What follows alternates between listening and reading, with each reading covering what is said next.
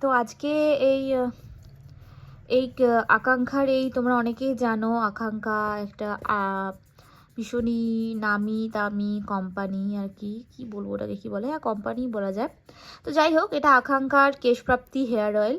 আকাঙ্ক্ষাতেই একটাই hair oil আছে যেটার নাম হচ্ছে কেশপ্রাপ্তি, এবং এটার রিভিউ আমি অনেক দেখেছি, প্রচুর ভালো নাকি, মানে রিভিউ দেখেছি। প্লাস আমি এটাকে ফ্লিপকার্ট থেকে নিয়েছি, আজকেই এসছে, এখনও পর্যন্ত আমি ইউজ করিনি। তো শুনেছি প্রচণ্ড ভালো, খুবই ভালো একটা হেয়ার অয়েল। তো এটার প্রাইস, এটা হচ্ছে 100 ml এর বোতল, এটার প্রাইস 185 টাকা এখানে দেওয়া আছে। কিন্তু আমি এটা 185 টাকায় পাইনি, এটা আমি 101 টাকায় পেয়েছি। Yes, you are here right, আমি এটাকে 101 টাকায় পেয়েছি। এবং তখন এটা এটা একটা অফার প্রাইস চলছে এখন, ওইটা দিয়ে পেয়েছি। আমি হয়তো লোকাল মার্কেট থেকে গেলে আমার এই টাকাই আমাকে দিতে হতো, বাট আমি এটা 101 টাকাতেই পেয়েছি। ডেলিভারি চার্জটা মিলে ওটা আমার 120-130 টাকা পড়েছে। তো এটার মধ্যে আছে আমলকি, কেশরী, ব্রাহ্মী, মেথি, এসবই আছে।